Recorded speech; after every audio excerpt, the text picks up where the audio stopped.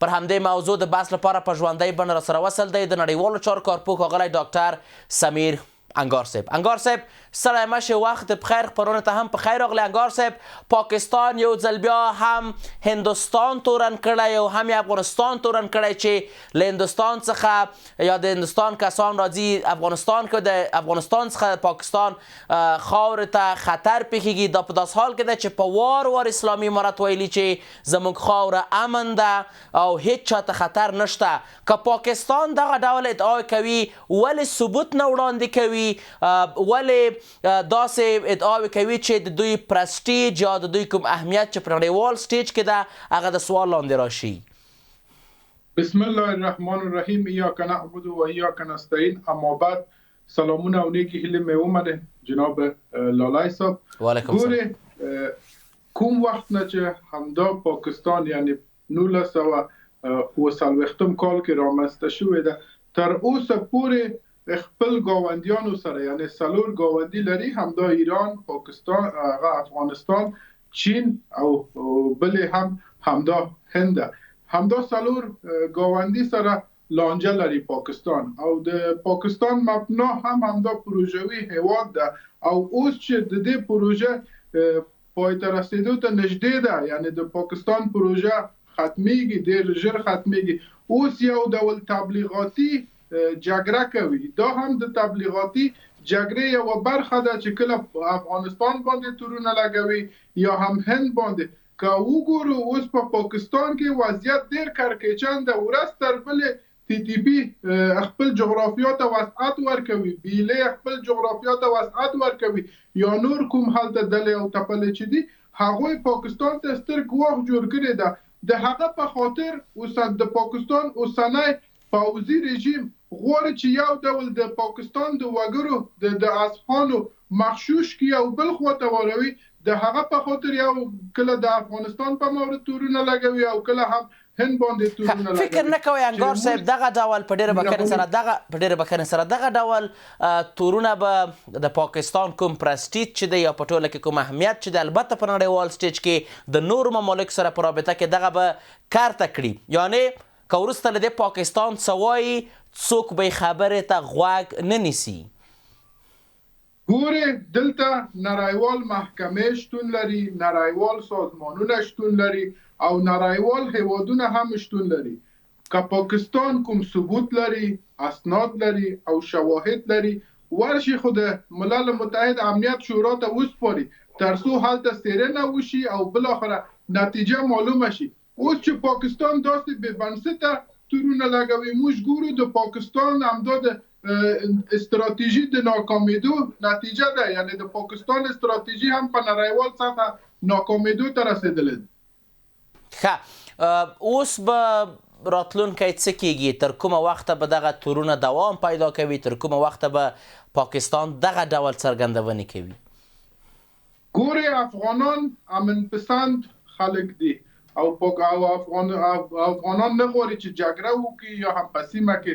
بې ثباتي تأمین شي. خو متاسفانه همدا پاکستان دی چې هر کله د غربیانو نه پروژه اخلي او غواړي چې یو ډول په سیمه کې کنټرول شوی بې ثباتي شتون ولري. د هغه په خاطر اوس اسلامي امارت ته پکار دی چې یو سیمه ایز اجماع باندې کار وکړي، یعنی همدا گاونډي هیوادونه او سیمه هیوادونه چې دي همدا روسیه، ایران او چین دا مشترک درې څلور مشترک ټکي لري. انګار صاحب په ډېره بښنې تاسو د ګاونډیو هیوادونو یادونه وکړه. دلته البته په منطقه کې په سیمه کې هم مشران شتون لري، یعنی هغه هیوادونه چې پرمختللي دي یا هم د ډېر قدرت دوی مدعي دي یا په ټوله کې د امنیت شورا غړي دي لکه چین. د پاکستان دغه ډول ادعاو ته په کتو ولې چین نه وایي چې پاکستان اوس وخت نه دی چې دغه ډول ادعاوې وشي یا هم په ټوله کې ثبوت څه دی د دا ډول ادعاو لپاره؟ ګورې همدا پاکستان چې دی یعنی دوه سیاست یا دوه لوبه کوي. یو ګورو امریکا سره کله نږدې کیږي او کله هم چین سره یا هم شوروي سره نږدې کیږي. خو در اصل اوس د پاکستان استراتیژي مخ په ناکامیدو ده او اوس همدا درې څلور هیوادونه چې په سیمه کې شتون لري او زبرځواکونه دي هغوی هم اوس غواړي چې په سیمه کې یو ډول نه یو ډول باید امنیت شتون ولري او ثبات شتون ولري او د سیمې د بې ثباتېدو لامل هم همدا پاکستان دی د هغه په خاطر ګورو اوس چین هم یو نیم پاکستان سره خپل مراودات یا کوم پروژې چې و سیپک هغه ته وقفه ورکړې ده او حتی ځینې دویم فاز اوس پاتې ده چې نه پوهېږم څومره شاوخوا 12 میلیارد ډالر و هغه اوس په ټپه درېدلې ده یعنی په ټوله معنا همدا هیوادونه غواړي چې په سیمه کې ثبات تامین شي خو باید یو سیمه ایز اجماع رامنځته شي اوس هغه بل ورځ موږ تاسو ولیدل چې همدا روسیه اعلان ورکړ چې موږ آماده یو د افغانستان او پاکستان ترمنځ یو منځګړیتوب وکړو او همداسې یو میاشت بعد یعنی په دسمبر میاشت کې هم په ایران کې یو سیمه ایز اجماع د افغانستان او پاکستان د اړیکو په اړه ترسره کیږي که اوسنی نظام یعنی اسلامي امارت دا فرصتونو نه استفاده وکړي او یو متحده جبهه جوړ کړي د پاکستان په خاطر ان شاء الله سیمه ایز ثبات هم نتیجه ورکوي او د غربیانو کوم شوم پلان چې دا غوړي سیمه به امن شي او به ثبات شي ان شاء الله هغه نه بیا کولای شو مخنیوي وکړي که په دوه دغو کې راته ووایه تاسو د چین او د پاکستان د اړیکو یادونه وکړه فکر کوئ چې د پاکستان لپاره امریکا ښه ملګری دی او یا هم چین ورته ښه ملګری دی کوم یو سره صادق دی پاکستان خپل ولس سره ثابت نه دی یعنی د پاکستان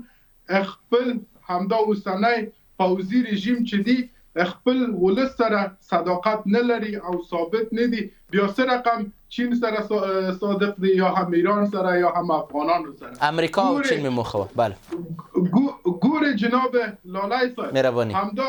عبدالقدیر خان و چې په 1998 کې پاکستان اتوم ته ورسول هغه پاکستانیان هغوی سره وفا ونه کړ یعنی هغوی بالاخره تبعید شو بالاخره په کور کې وساتل شو او همداسې بالاخره مړ شو پاکستان یوازې یو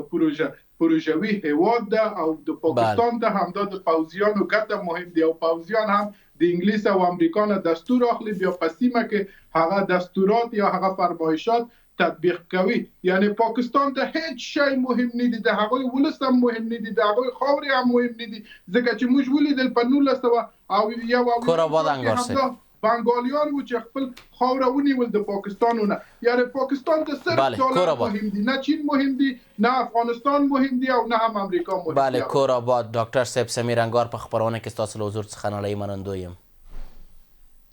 مننه کوم تاسو مهرباني